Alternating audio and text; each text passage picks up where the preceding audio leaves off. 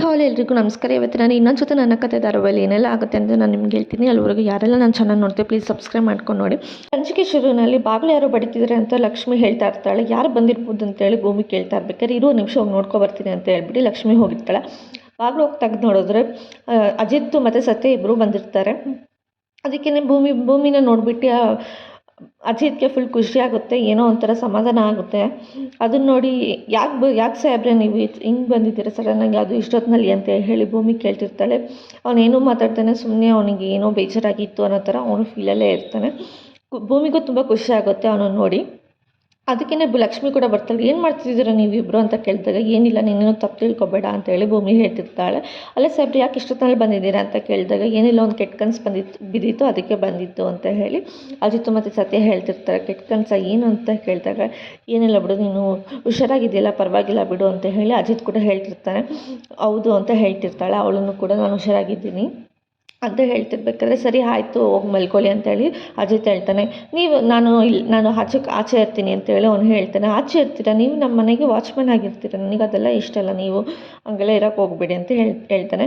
ನೀನು ಆ ಥರ ಎಲ್ಲ ಏನು ಅಂದ್ಕೊಬೇಡ, ನೀನು ನನ್ನ ಜವಾಬ್ದಾರಿ, ಹಾಗಾಗಿ ನಾನು ನಿನ್ನ ಕಾವಲಾಗಿ ನಾನು ಇರ್ತೀನಿ, ಹಾಗಾಗಿ ನನ್ನ ಮನೆಯಿಂದ ಆಚೆನೇ ಇರ್ತೀನಿ. ನನ್ನ ಮನೆ ಒಳಗಡೆ ಇದ್ದರೆ ಬೇರೆಯವರು ತಪ್ಪು ತಿಳ್ಕೊತಾರೆ, ಮನೆಯಲ್ಲಿ ಆಚೆ ಸುತ್ತಮುತ್ತ ಎಲ್ಲರೂ ಮಲಗಿದ್ದಾರೆ, ನಾನು ಒಳಗಡೆ ಇದ್ದರೆ ತಪ್ಪು ತಿಳ್ಕೊತಾರೆ, ಹಾಗಾಗಿ ನಾನು ಸತ್ಯಣ್ಣ ಆಚೆ ಇರ್ತೀವಿ, ನೀನು ಮತ್ತೆ ಹೋಗಿ ಲಕ್ಷ್ಮಕ್ಕ ಹೋಗಿ ಮಲ್ಕೊಳ್ಳಿ ಅಂತ ಹೇಳಿ ಅಜಿತ್ ಹೇಳ್ತಾ ಇರ್ತಾನೆ.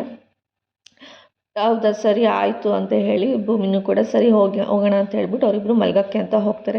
ನಡಿಯಪ್ಪ ವಾಚ್ಮನ್ ಕೆಲಸ ಕೊಡಿಸಿದ್ದಿಲ್ಲ ಬಾ ನಡಿ ಅಂತ ಹೇಳಿ ಹೇಳ್ತಿರ್ತಾರೆ. ನಿಮ್ಗೆ ಭೂಮಿ ಮೇಲೆ ಇಷ್ಟೊಂದು ಪ್ರೀತಿ ಇದೆಯಲ್ಲ ಯಾಕೆ ಅಂತ ಕೇಳಿದಾಗ, ಪ್ರೀತಿ ಎಲ್ಲ ಕಾಳಜಿ ಅಷ್ಟೇ ಅಂತ ಹೇಳಿ ಅಜಿತ್ ಹೇಳ್ತಾ ಇರ್ತಾನೆ. ನೀನೇನೋ ತಪ್ಪು ತಿಳ್ಕೊಬೇಡ, ಅವಳ ಮೇಲೆ ಕಾಳಜಿ ಇರೋದಕ್ಕೆ ಅಷ್ಟೇ ನಾನು ಈ ಥರ ಹೇಳಿತ್ತು, ಈ ಥರ ಮಾಡ್ತಿರೋದಷ್ಟೇ ಅಂತ ಹೇಳ್ತಾ ಇರ್ತಾನೆ. ಅವಳ ಮೇಲೆ ತುಂಬ ಕಣ್ಣಿಟ್ಟಿರಬೇಕು, ಅವಳ ಜೀವಕ್ಕೆ ಅಪಾಯ ಇದೆ ಅಂತ ಹೇಳಿ ಅದಕ್ಕೆ ನಾನು ಈ ಥರ ನಿರ್ಧಾರ ತೊಗೊಂಡಿದ್ದು ಅಂತ ಹೇಳ್ಬಿಟ್ಟು ಅಜಿತ್ ಹೇಳ್ತಾ ಇರ್ತಾನೆ. ಸರಿಯಪ್ಪ ನೀನೇನು ಮಾಡ್ತೀಯ ಅದೆಲ್ಲ ಕರೆಕ್ಟೇ, ಸರಿ ನೀನು ಹೆಂಗೋ ನಾನು ಹಂಗೆ ಅಂತೇಳಿ ಸತ್ಯ ಕೂಡ ಹೇಳ್ತಾ ಇರ್ತಾರೆ. ನೀನು ಏನಾರ ತಪ್ಪು ತಿಳ್ಕೊಬೇಡ ಅಂತ ಹೇಳಿ ಹೇಳ್ತಿರ್ಬೇಕಾದ್ರೆ, ಹ್ಞೂ ಸರಿಯಪ್ಪ ಆಯ್ತಪ್ಪ ನಿಂದೆ ಕರೆಕ್ಟು ಅಂತ ಹೇಳಿ ಸತ್ಯ ಹೇಳ್ತಿರ್ತಾನೆ. ಸರಿ ಆಯಿತು ಬಾ ಹೋಗೋಣ, ವಾಚ್ಮನ್ ಕೆಲಸ ಕೊಡಿಸಿದ್ದೀರಾ ನಡಿ ಹೋಗಿ ಮಾಡೋಣ ಅಂತ ಹೇಳಿ ಹೇಳ್ತಾ ಇರ್ತಾನೆ. ಸರಿ ಅಂತ ಹೇಳ್ಬಿಟ್ಟು ಇಬ್ಬರೂ ಕೂಡ ಆಚೆ ಹೋಗ್ತಿರ್ತಾರೆ. ಈ ಕಡೆ ಅಪೇಕ್ಷಿತ ಮತ್ತು ಅಶ್ವಿನಿ ಇಬ್ಬರು ಕೂತ್ಕೊಂಡು ಮಾತಾಡ್ತಾ ಇರ್ತಾರೆ. ಅಪೇಕ್ಷಿತ ಹೇಳ್ತಿರ್ತಾಳೆ, ನೀನು ಸಿಕ್ಕಿದ್ದು ತುಂಬ ಖುಷಿ ಆಯಿತು ನನಗಂತೂ ಅಂತ ಹೇಳಿ ಹೇಳ್ತಿರ್ತಾಳೆ. ನೀನು ಈ ಥರ ಹೇಳ್ಬೇಡ, ನೀನು ಸ್ವಲ್ಪ ಮೇಕಪ್ ಮಾಡ್ಕೊಂಡು ಚೆನ್ನಾಗಿ ಕಾಣ್ತಾ ಇರು ಅಂತ ಹೇಳಿ ಹೇಳ್ತಿರ್ತಾರೆ. ಯಾಕೆ ಇವಾಗ ಚೆನ್ನಾಗಿ ಕಾಣ್ತಿಲ್ಲ ಅಂತ ಅವಳು ಹೇಳ್ತಾಳೆ.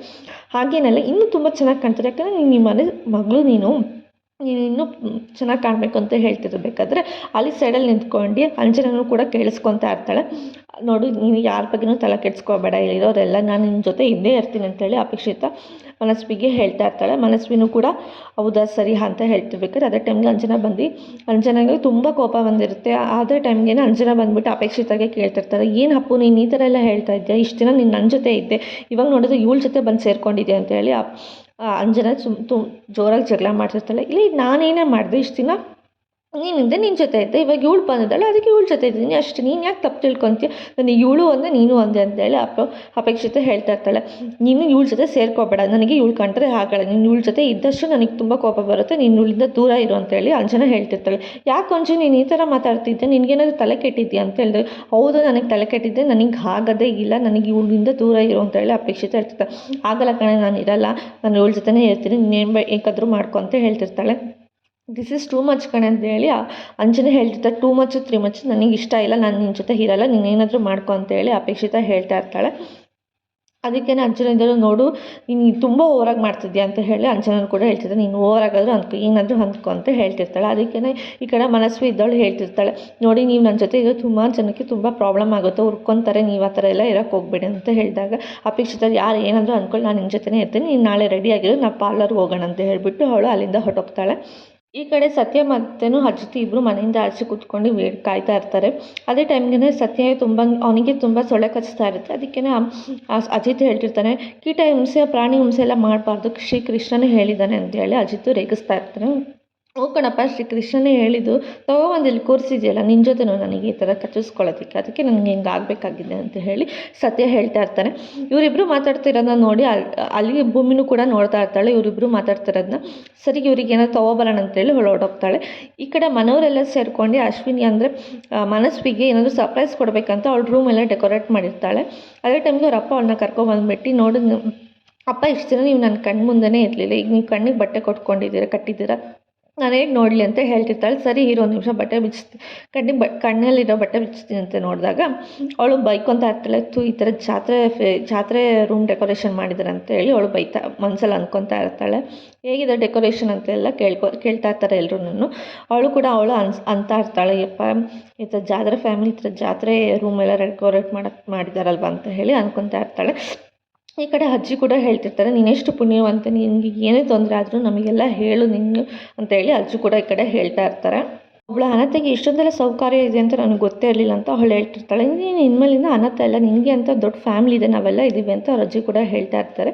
ಅದನ್ನು ಕೇಳಿಸ್ಕೊಂಡು ಅವಳಿಗೆ ಏನೋ ಒಂಥರ ಫೀಲ್ ಆಗ್ತಿರುತ್ತೆ. ಅದೇ ಟೈಮ್ಗೇನು ಅವರ ಮಾವನೂ ಕೂಡ ಹೇಳ್ತಾ ಇರ್ತಾರೆ, ನೋಡು ನೀನು ಈ ಮನೆ ಮಗಳು, ನಿನಗೆ ಫ್ಯಾಮಿಲಿ ಇದೆ, ಈ ದೊಡ್ಡ ಮನೆತನ ಇದೆ, ನೀನು ಈ ಥರ ಎಲ್ಲ ಫೀಲ್ ಮಾಡ್ಕೋಬಾರ್ದು ಅಂತ ಹೇಳಿ ಅವನು ಹೇಳ್ತಾ ಇರ್ತಾನೆ.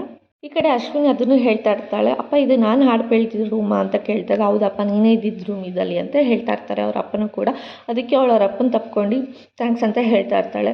ಅಪ್ಪನ ನಾನು ಎಲ್ಲ ಸಿಕ್ತು ಅಂತ ಖುಷಿ ಪಡಲ ಅಥವಾ ಅರ್ಧ ಸಿಕ್ತು ಅಂತೇಳಿ ನಾನು ದುಃಖ ಪಡಲ ಅಂತ ಹೇಳಿ ಅವಳು ಹೇಳ್ತಾ ಇರ್ತಾಳೆ. ಏನಾಯಿತು, ಏನು ಪ್ರಾಬ್ಲಮ್ ಆಯಿತು, ನಿನಗೇನಾದರೂ ಕಮ್ಮಿ ಆಯಿತು ಅಥವಾ ನೀನೇನಾದರೂ ಬಿಟ್ಟು ಬಂದಿದ್ದೆ ಹೇಳು, ನನ್ನ ಕೈಲಿ ಏನಾಗುತ್ತೋ ಅದೆಲ್ಲ ಮಾಡ್ತೀನಿ ಅಂತ ಅಂದಾಗ, ಅಪ್ಪ ನನಗೆ ಅಮ್ಮ ಬೇಕು ಅಂತ ಹೇಳಿ ಅವಳು ಹೇಳ್ತಾ ಇರ್ತಾಳೆ. ಇಲ್ಲಪ್ಪ ಅಮ್ಮ ನನಗೆ ಅಮ್ಮ ಬೇಕು ಅಂತ ಹೇಳ್ತಿರ್ತಾಳೆ. ಅದಕ್ಕೇನೆ ಶ್ರವಣ್ ಕೂಡ ಹೇಳ್ತಿರ್ತಾನೆ, ನಾನು ತುಂಬ ಹುಡುಕ್ತಾ ಇದ್ದೀನಿ ಮಗಳೇ, ನನಗೂ ಸಿಕ್ಕಿಲ್ಲ, ಆದರೆ ಒಂದಲ್ಲ ಒಂದಿನ ಅವಳು ಪಕ್ಕ ಸಿಗ್ತಿಲ್ಲ, ಆ ನಂಬಿಕೆ ನನಗಂತೂ ಇದೆ, ಅಷ್ಟೇ ಸಾಕು, ಅವಳು ಸಿಕ್ಕಿದ್ರೆ ಸಾಕು ಅಂತ ಹೇಳಿ ಶ್ರವಣ್ ಕೂಡ ಹೇಳ್ತಾ ಇರ್ತಾನೆ. ಈ ಕಡೆ ದೇವಿಯನ್ನು ಕೂಡ ಅವಳ ಮನಸ್ಸಲ್ಲಿ ಅಂದ್ಕೊತಾ ಇರ್ತಾಳೆ, ಹಬ್ಬಬ್ಬ ಏನು ತಲೆಯು ಉಳಿದು ಕಬ್ಬು ಓಡಿಸು ಅಂದರೆ ಕಬ್ಬಿನ ಪಾರ್ಗೆ ಓಡಿಸ್ತಿದ್ದಾಳೆ ಇವಳು ಅಂತ ಹೇಳಿ ಅಂದ್ಕೊತಾ ಇರ್ತಾಳೆ. ಅದಕ್ಕೆ ಅವಳು ಹೇಳ್ತಾಳೆ ಎಲ್ಲರೂ ಮುಂದೆನೋ, ಸಿಗ್ತಾಳೆ ಅಮ್ಮ, ಖಂಡಿತ ಸಿಗ್ತಾಳೆ, ನೀನೇ ಸಿಕ್ಕಿದ್ದೆ ಆದಮೇಲೆ ನಿಮ್ಮಮ್ಮ ಸಿಗಲ್ವಾ, ನಿಮ್ಮಮ್ಮ ನಿಮ್ಮಪ್ಪ ನೀವೆಲ್ಲರೂ ಚೆನ್ನಾಗಿರೋದನ್ನ ನಾವು ತುಂಬ ನೋಡ್ತೀವಿ ಅಂತ ಹೇಳಿ ದೇವಿಯನೇ ಹೇಳ್ತಾ ಇರ್ತಾಳೆ. ಈ ಕಡೆ ಅಜಿತು ಮತ್ತು ಸತ್ಯ ಇಬ್ಬರು ಆಚೆ ಕೂತ್ಕೊಂಡು ಕಾಯ್ತಾ ಇರ್ತಾರೆ. ಅಪ್ಪ ನನ್ನ ಕೈಯಲ್ಲಿ ಆಗ್ತಿಲ್ಲ ತಡೆಯೋದಕ್ಕೆ ಅಂತ ಹೇಳಿ ಅವನು ಕೂಡ ಸತ್ಯ ಕೂಡ ಹೇಳ್ತಿರ್ತಾನೆ.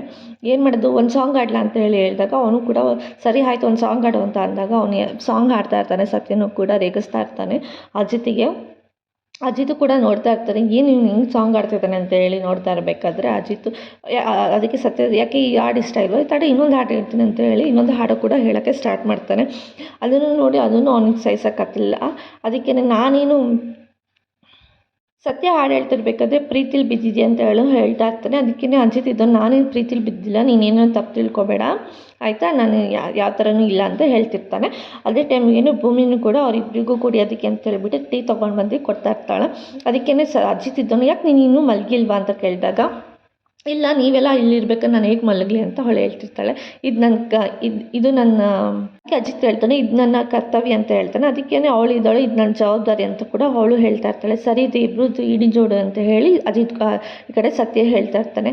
ಆ ಥರ ಏನಿಲ್ಲ ಅಂತ ಅವಳು ಕೂಡ ಹೇಳ್ತಿರ್ತಾಳೆ. ಸರಿ ತೊಗೊಬೈಲಿ ಟೀ, ನಾನಾದರೂ ಕುಡಿತೀನಿ ಅಂತ ಹೇಳಿ ಟೀ ಕುಡಿತಾ ಇರ್ತಾನೆ. ಸತ್ಯ ಇದ್ದವನು ಇನ್ನೊಂದು ಟೀ ತೊಗೊಂಬ ಅಂತ ಹೇಳಿ ಹೇಳ್ತಿರ್ತಾನೆ. ಸರಿ ಅಂತ ಹೊಳ್ಬಿಟ್ಟು ಅವಳು ಇನ್ನೊಂದ್ಸಲ ಹೋದಾಗ ಟೀ ತೊಗೊಬರಲ್ಲ, ಅವಳು ಹೋಗ್ಬಿಟ್ಟು ಒಂದು ಸ್ವೆಟರ್ ತೊಗೊಬರ್ತಾಳೆ. ಸ್ವೆಟರ್ ತೊಗೊಂಬಂದು ಏನಕ್ಕಿದು ಅಂತ ಕೇಳಿದಾಗ, ನಿಮಗೆ ತುಂಬ ಚಳಿ ಆಗ್ತಿದೆಯಲ್ಲ ಆಚೆ, ಅದಕ್ಕೆ ತೊಗೊಳ್ಳಿ ಅಂತ ಹೇಳ್ತಿರ್ತಾಳೆ. ಆ ಸ್ವೆಟರಿಂದ ಒಂದು ಕತೆ ಇರುತ್ತೆ. ಆ ಕತೆನೂ ಕೂಡ ಅವನು ಅಜಿತು ಕೂಡ ನೆನ್ಪು ಮಾಡ್ಕೊತಾ ಇರ್ತಾನೆ. ಹಿಂಗೆ ಒಂದಿನ ಅವಳು ಅವ್ರ ಅಂಗಡಿ ಮುಂದೆ ಕೂತ್ಕೊಂಡು ಈ ಥರ ಸ್ವೆಟರ್ ಎಣಿತಾ ಇರ್ತಾಳೆ. ಅದನ್ನು ಅಜಿತು ಮತ್ತು ಸತ್ಯನೂ ಕೂಡ ಅವರು ಸ್ಟೇಷನಿಂದ ಬರ್ತಿರ್ಬೇಕಾದ್ರೆ ನೋಡಿದಾಗ, ಇವಳಿಗೆ ಎಷ್ಟು ಟ್ಯಾಲೆಂಟ್ ಇದೆ ಅಂದರೆ ಮಲ್ಟಿ ಟ್ಯಾಲೆಂಟೆಡ್ ಇವಳು, ಎಲ್ಲ ಕೆಲಸನೂ ಮಾಡ್ತಿರ್ತಾಳೆ. ಒಂದು ಕಡೆ ಸ್ಟೌವಲ್ಲಿ ಸಾಂಬಾರು ಇಟ್ಟಿರ್ತಾಳೆ, ಇನ್ನೊಂದು ಕಡೆ ಇದು ಏನು ಸ್ಪೈಸ್ ಇಟ್ಟಿರ್ತಾಳೆ. ಈ ಖಾರದ ಪುಡಿ ಯಾವುದಕ್ಕೆ ಹಾಕ್ತಾಳೆ ಅಂದರೆ ಟೆನ್ಷನ್ ಆಗಿರುತ್ತೆ ನನಗೆ ಅಂತ ಹೇಳ್ತಿರ್ಬೇಕಾದ್ರೆ, ನಿಮಗೆ ಖಾರದ ಪುಡಿ ಏನಾದರೂ ಪಾಯಸಕ್ಕೆ ಹಾಕ್ಕೊಟ್ಟಿದ್ದಾಳೆ ಅಂತ, ಆ ಥರ ಏನಿಲ್ಲ, ಫುಲ್ ಟ್ಯಾಲೆಂಟೆಡ್ ಇವಳು ಅಂತ ಹೇಳಿ ಹೇಳ್ತಾ ಇರ್ತಾನೆ ಅಜಿತು ಕೂಡ.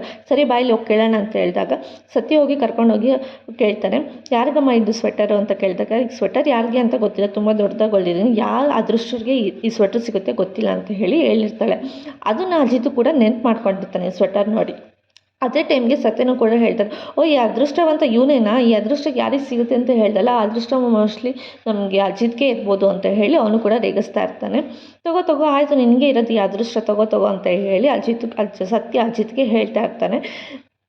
ಸರಿ ಅಂತ ಹೇಳ್ಬಿಟ್ಟು, ಭೂಮಿ ನೀನು ಹೋಗಿ ಮಲ್ಕೊ ಅಂತೇಳಿ ಅಜಿತ್ ಹೇಳಿರ್ತಾನೆ. ಸರಿ ಆಯಿತು, ನೀವು ಇಲ್ಲೇ ಇರಿ, ನಾನು ಹೋಗಿ ಮಲ್ಕೊತೀನಿ ಅಂತ ಹೇಳ್ಬಿಟ್ಟು ಭೂಮಿ ಅಲ್ಲಿಂದ ಹೊರಟೋಗ್ತಾಳೆ.